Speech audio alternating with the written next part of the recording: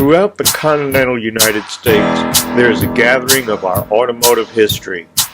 Most of you will not get to see or experience these icons of our youth, but I will, and I want to take you along with me on this wonderful journey. This is your time to connect with your automotive past. These vehicles and people are real. Many people have experienced a love affair with cars, the same as I have, and that's what this series is all about. We will also feature cars at a Wednesday night cruise. For the last 5 years, we have been collecting the video necessary to bring you some of the most beautiful classic, custom, and antique automobiles we can find. People have been the center point of the series because whenever you talk about restored cars, you must put a face of a human being with it. Therefore, we have attempted to, and I believe succeeded, in presenting in this classic car series, preserving a precious part of our automotive history. On this week's show, we'll be looking at a pristine original 1957 Chevrolet with a great story. We'll see a 1991 rare GT 928 Porsche, and a trip to Owl's Head Transportation Museum to see Clara Bow's Packard. So don't go away. We'll be right back.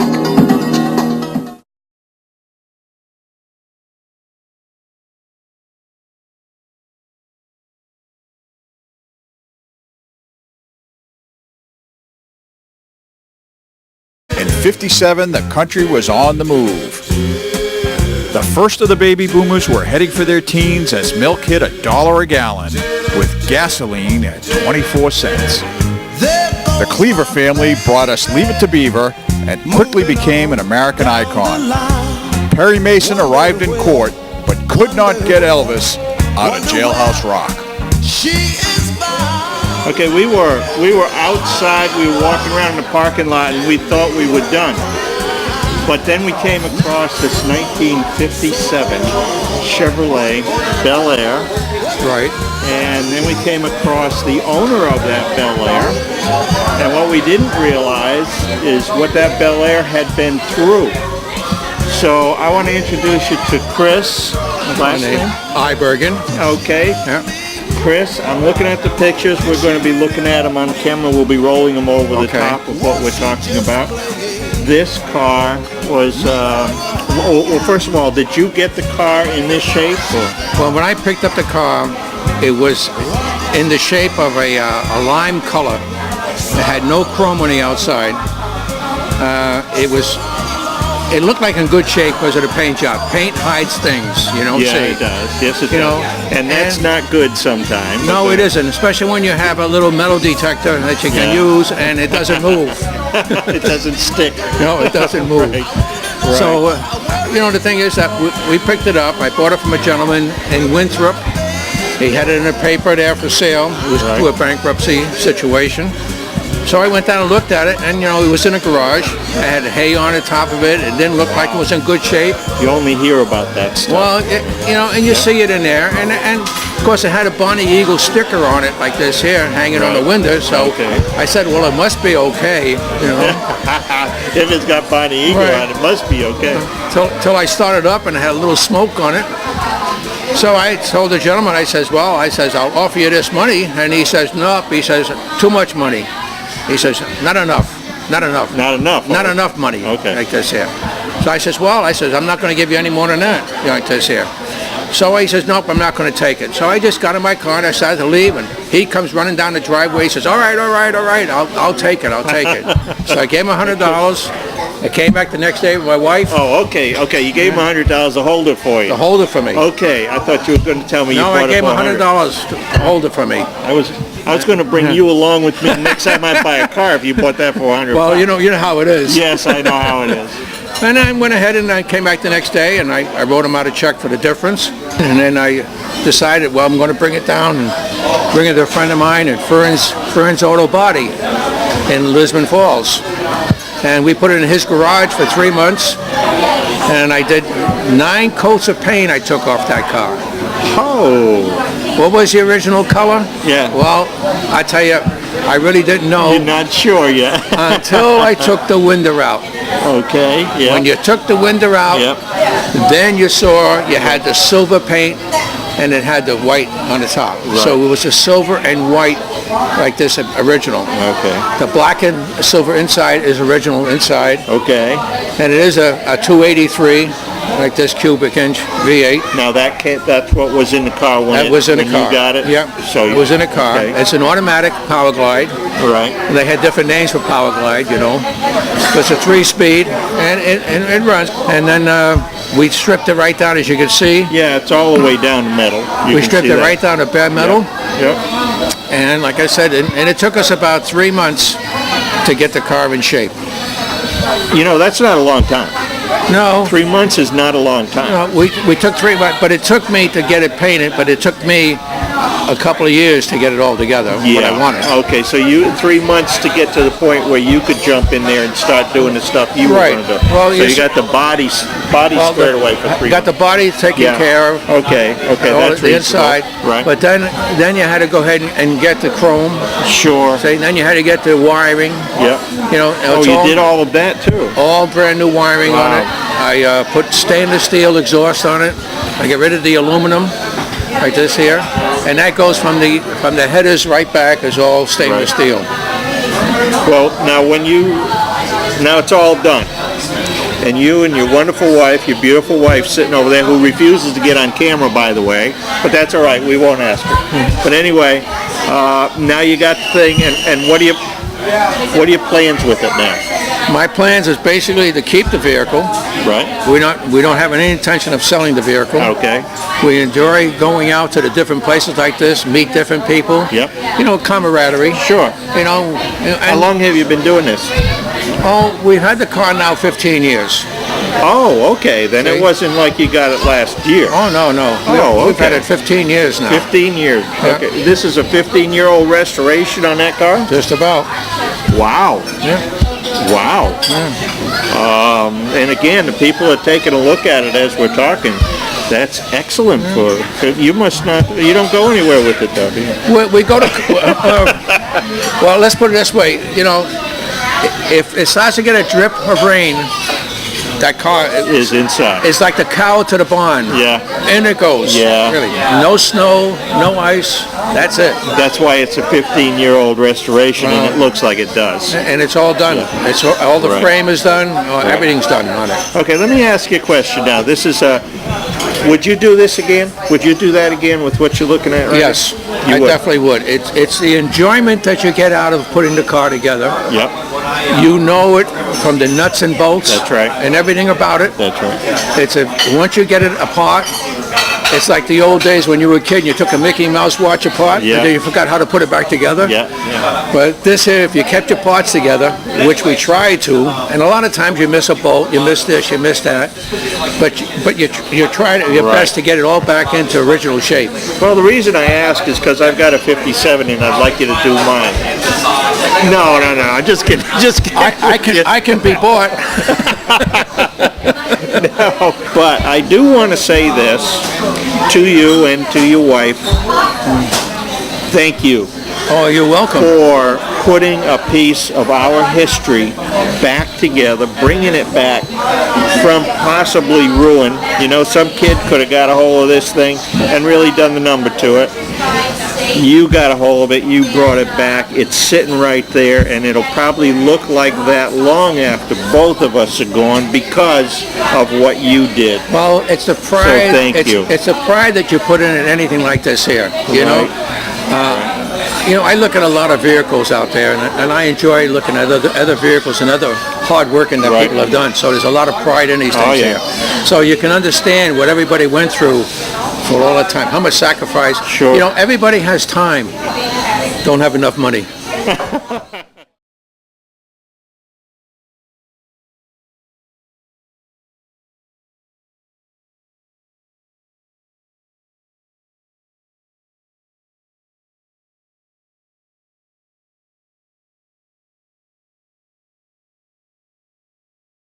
Can you imagine having a car sit for 10 or 12 years that looks like that and just not taking it out to drive even on a Sunday afternoon?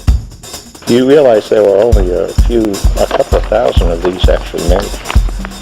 387 were into North America, and only 145 in 1991 were GTs. See? You know that stuff. I know all that stuff. I own my silver one for 16 years. Welcome back, and we have something really special going to be taking place with this particular segment. I had the opportunity to go to a car show in Old Orchard Beach, which is where I live, and it's a rather large car show. And while I was at this show, I saw this glow in the sky, and I just kind of cavitated over toward the glow in the sky, and I realized what it was. It was a Porsche, a red Porsche, probably the classic Porsche that you would think of when you say, gee, I'd like to have a Porsche. And the gentleman that owns it is sitting right here. I'm going to let you introduce yourself. My name is Robert Hoskin. We have a summer place up here in Maine, and we spend a lot of time up here. Where did this car come from? I mean, I know you didn't wake up one morning and say, gee, you know what, I'm going to go and buy that car. Well, I've owned a Porsche 928 for 16 years, 1989. This It's a one? silver one. No. It's a silver one. So And, you have two. Yes. I've owned a 1989 Porsche 928, the silver one, since 1996. And I enjoy the car, I love the car, and I put about 5,000-6,000 miles a year on it. And it's a car that I figured I would just have forever. And I happened to be at a car show at a Porsche dealership beginning of July down in Stratham. And I met the sales manager there, who I've known for years. And he mentioned, do I have my 928 there? And I was the only 928 at the show. And he said one of his customers was going to bring one by. So I asked him what model. And he said, well, it's a 1991 GT, which right away I knew was one of the rarer ones. And he said, and he's thinking of selling it. So this turned into the biggest impulse buy I've ever made. An impulse buy on a Porsche. That is a definite oxymoron. But go ahead. I completely understand looking at it. He introduced me to the owner of the car, and the owner of the car actually has a large collection of cars, inclusive of Corvettes, Porsches, muscle cars out of the 60s, European foreign cars, Ferraris, and a lot of motorcycles. And he was thinning the herd. So I talked to him about it, and he said he wanted to sell this, and it hadn't been driven in almost 10 or 12 years. It's been sitting in his collection in a climate-controlled, very nice garage, and he was about to part with it. So I said I would love to come down and take a look at it and see if we could make a deal. Can you imagine having a car sit for 10 or 12 years that looks like that, and just not taking it out to drive even on a Sunday afternoon to... I can't. To me, I can't. To me, it's unimaginable. My 1989, I bought off of an original owner. It had 23,000 miles, and I've driven it. I now have 98,000 miles on that. That's the way it's supposed to be. When I heard that this only had 24,000 miles on it, that got me even more excited, because you just don't come across barn finds these days, low mileage cars, especially ones like this.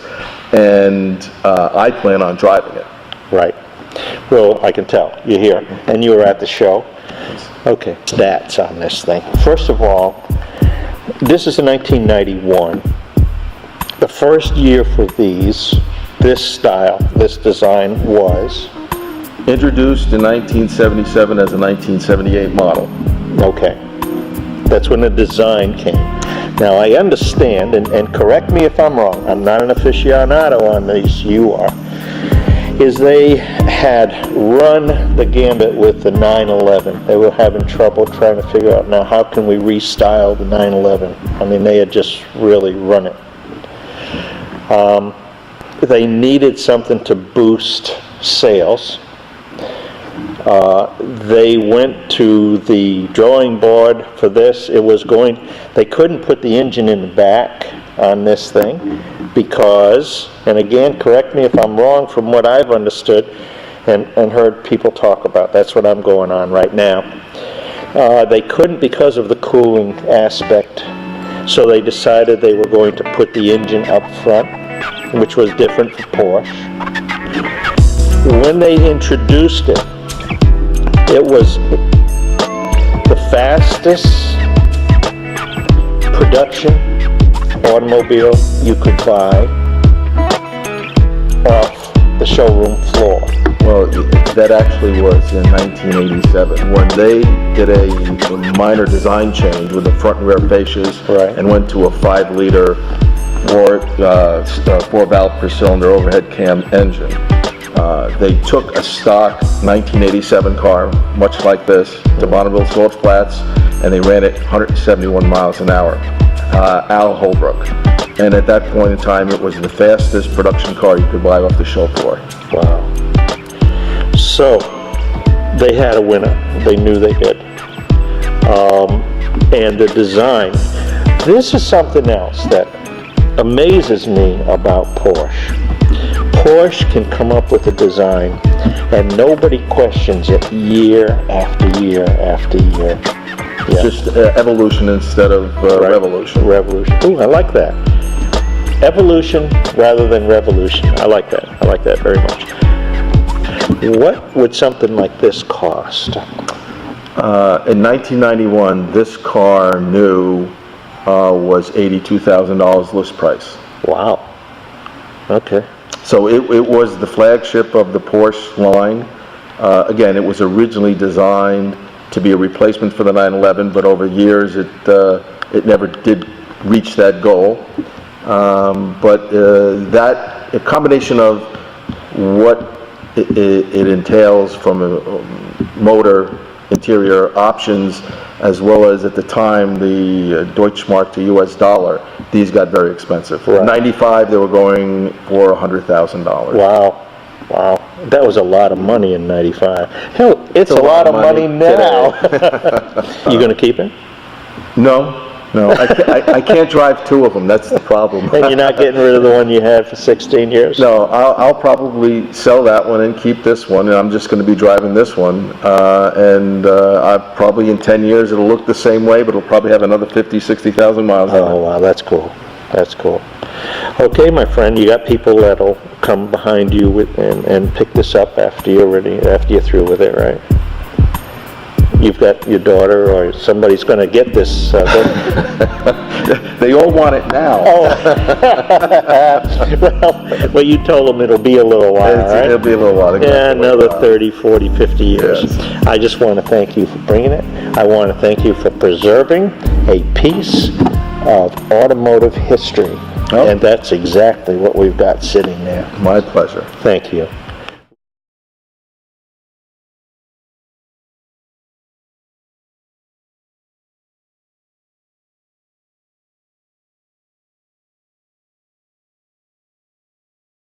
Get ready for a very special show at a very special museum in Maine and with some very special people. Welcome to the Owl's Head Transportation Museum. Yeah, my name is Warren Kincaid. I'm the ground vehicle conservator here at the Owl's Head Transportation Museum. I take care of all vehicles non-aircraft related. Automobiles, motorcycles, bicycles. So this particular car would be under your purview, making sure that it runs, that it stays in the shape it's in. How did it come in? Did it come in like this? Or? It basically did. This car was out in the Cars for the Stars Museum out in California, and it was bought by one of our benefactors a number of years ago and donated to this museum. Wow. And it came in pretty much like it is, but as with any vehicle, you understand that there's no such thing as something staying like it is. It ages under your nose. You have got to keep maintenance. You've got to stay on top of it. And that's what Warren does with all of the vehicles. Now, Clara Bow, as we said earlier, was a movie star in the silent film industry. Why would she own something like that? Would she drive this, or would she be sitting back there? I think, knowing a little about Clara Bow, I think she probably drove this car. Really? Yeah. Because it's a complicated car to drive. Yeah, it's heavy.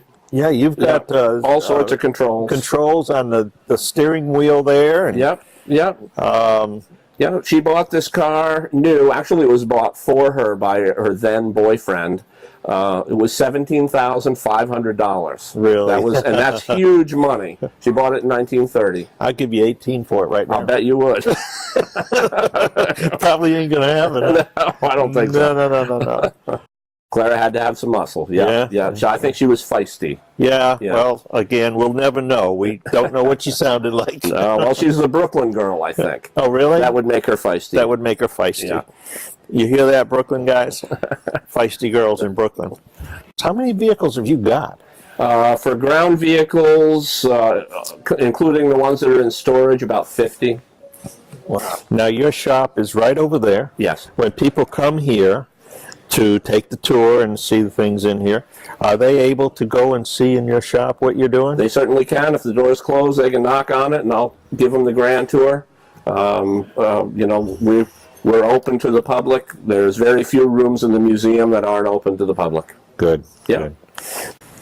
This is a transportation museum, so everything in here moves, goes down the road. It's not just pretty. Right. Now, I understand that you also put cars back together. Yeah, we've restored a few cars here at the museum. This depot hack we're sitting next to is a museum restoration.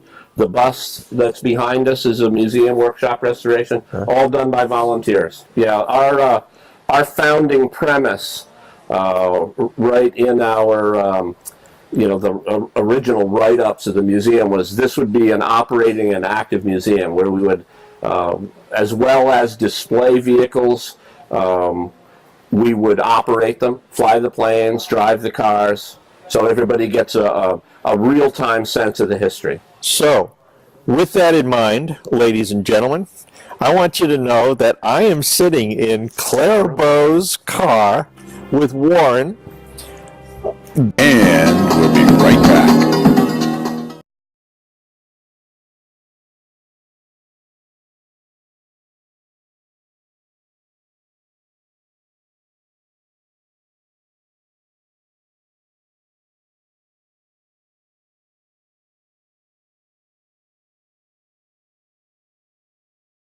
Now for a little commentary on this show. This is the greatest hobby in the world with the greatest people in the world. We just watched complete opposites in style, size, cost when new, and engineering. Plus. However, instead of looking at the differences, let's look at the similarities.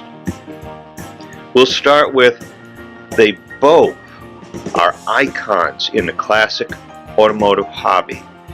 They both started out life designed for a specific automotive demographic, which, by the way, were at opposite ends of the spectrum. But most of all, they ended up a primary example of what this hobby is all about. And we'll be right back.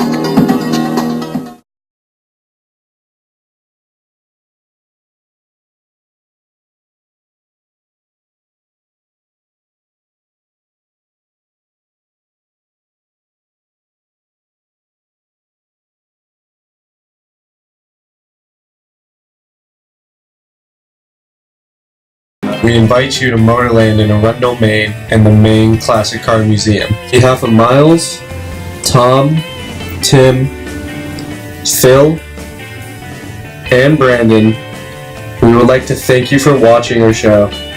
Our web address is motorlandtvnetwork.com. See you next week.